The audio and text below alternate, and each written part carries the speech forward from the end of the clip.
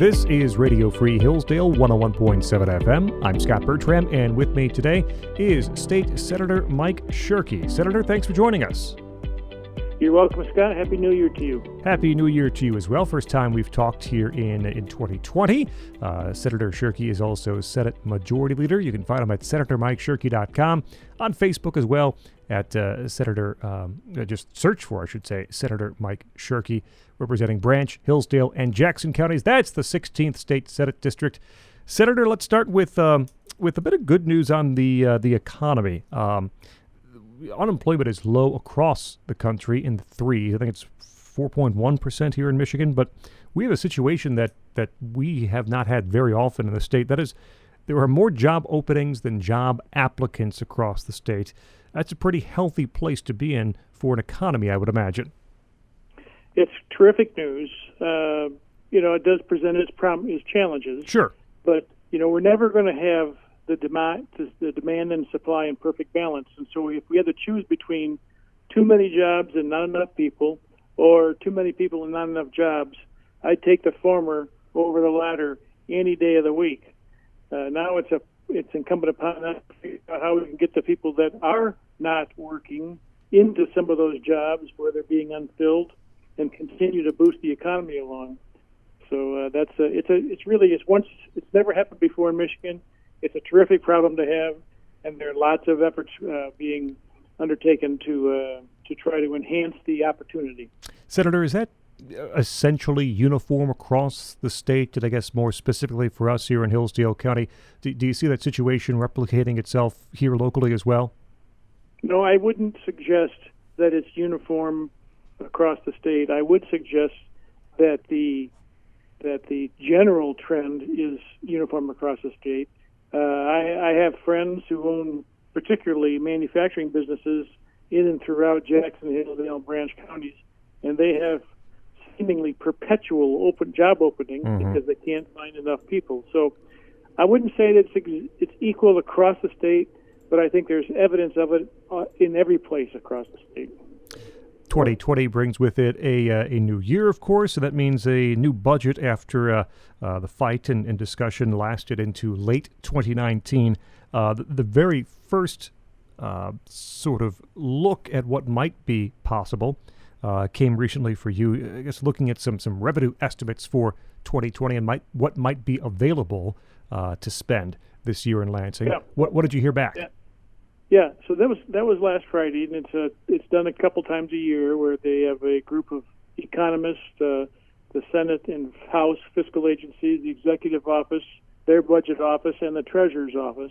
All of them get together, deep dive into all the data that we collect, both in Michigan and nationally, and they concluded that we are in for some continued modest growth. It is slowing. The rate of growth is slowing, but it's still growth nonetheless. And so, it's good news. It is incumbent upon the legislature, of course, to decide how best to prioritize that spending. And we've got lots of demands and lots of real needs. And so it'll be an interesting budget prosecution this year, starting with the fact that it looks like our governor is going to continue to place as a high priority, which I happen to agree with in terms of road funding. But I'm hoping to convince her to keep road funding and budget separate. If they should come together, that's beautiful. But that is the reason why our budget process got off the tracks last year, and I'm hoping we all learned a lesson from that. Senator, remind us, if you would, when all was said and done with the 2019 budget process and the supplemental things were taken care of, where did the state end up in terms of spending versus revenues?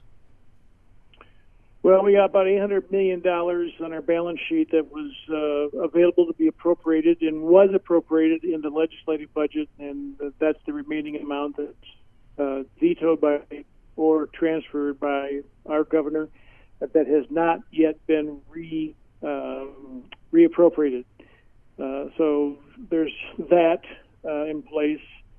And then last year, was the first year in 9 years where we didn't increase road spending from the previous year. Again, because of a pretty aggressive veto schedule that she implemented. And so we're hoping that we can reverse that trend, of course, this year, and even add some new perpetual sustainable funding on top of it. State Senator Mike Shirkey with us here on Radio Free Hillsdale, 101.7 FM. I'm Scot Bertram. Senator, talk a bit about the election coming up in November in a moment, but as we start the year, I wanted to ask you about priorities, about what you think the governor's priorities will be in 2020. Road funding. She had pushed the gas tax last year, still looking for perhaps a way to pay for road repairs, bridge repairs across state. We know the auto insurance reform bill, those changes will begin to be seen by consumers come the middle of 2020. What else should people be on a lookout for? And what do you think your priorities and what the governor's priorities might be in 2020? Yeah, we're going to hear about governor's priorities here in about 2 weeks, right. January 29th, and I'm not going to speculate on what those might be. I do know, I am pretty confident that roads will stay her number one issue. As far as the Senate concerned, what I believe we should be paying attention to over the last 10 years or so, in the interest of trying to improve outcomes from our public school system, the legislature has implemented a lot of requirements. And we've probably moved the pendulum a little past balance, and we've done a very good job of, frankly, discouraging educators and administrators and building principals and so forth. And I believe we need to revisit, not go backwards on the expectations, but take a look at some of the statutes that we changed and the requirements that we made to see if anybody's actually looking at them, and B, if they're producing the kinds of results that we hoped for. We do have a challenge in finding good quality people to do teaching. I don't think we'll ever have a shortage of teachers, but we may in fact find ourselves with a shortage of good teachers because, like I said a moment ago, and I'm admitting this and owning it, that we have unintentionally created an environment where, I think we've created a little bit of discouragement of those who would choose to go into that field. And I am completely committed to finding more time for teachers in the classroom is how I characterize it, and removing some of the burdens that may not be producing the fruits that we once expected. So education is going to be a high priority for the Senate. And we will, in a parallel way and in an equally aggressive way, we will be working on funding for infrastructure. We know that we're behind the eight ball on that, and we're not giving up on it. State Senator Mike Shirkey with us here on Radio Free Hillsdale, 101.7 FM. Senator, I just saw this story as we all prep for the 2020 elections, the primary and the general, of course, in November. Our Secretary of State, Jocelyn Benson, is warning that Michigan, the state of Michigan, could be the last state to report results in 2020. Now, I find that hard to believe based upon the fact that California generally takes literally a month or two to finalize their numbers, but maybe we'll be 49th. Her point being is with the changes, the new laws with no excuse absentee voting, election day registration, automatic registration when people apply for a state ID, and those absentee ballots that come in, they cannot be counted, looked at, nothing until Election Day.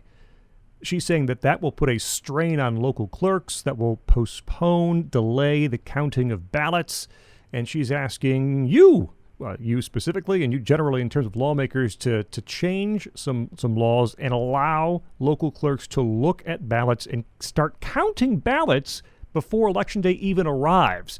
We have early voting, and now we're going to have, now she's asking for early counting in our elections here in Michigan.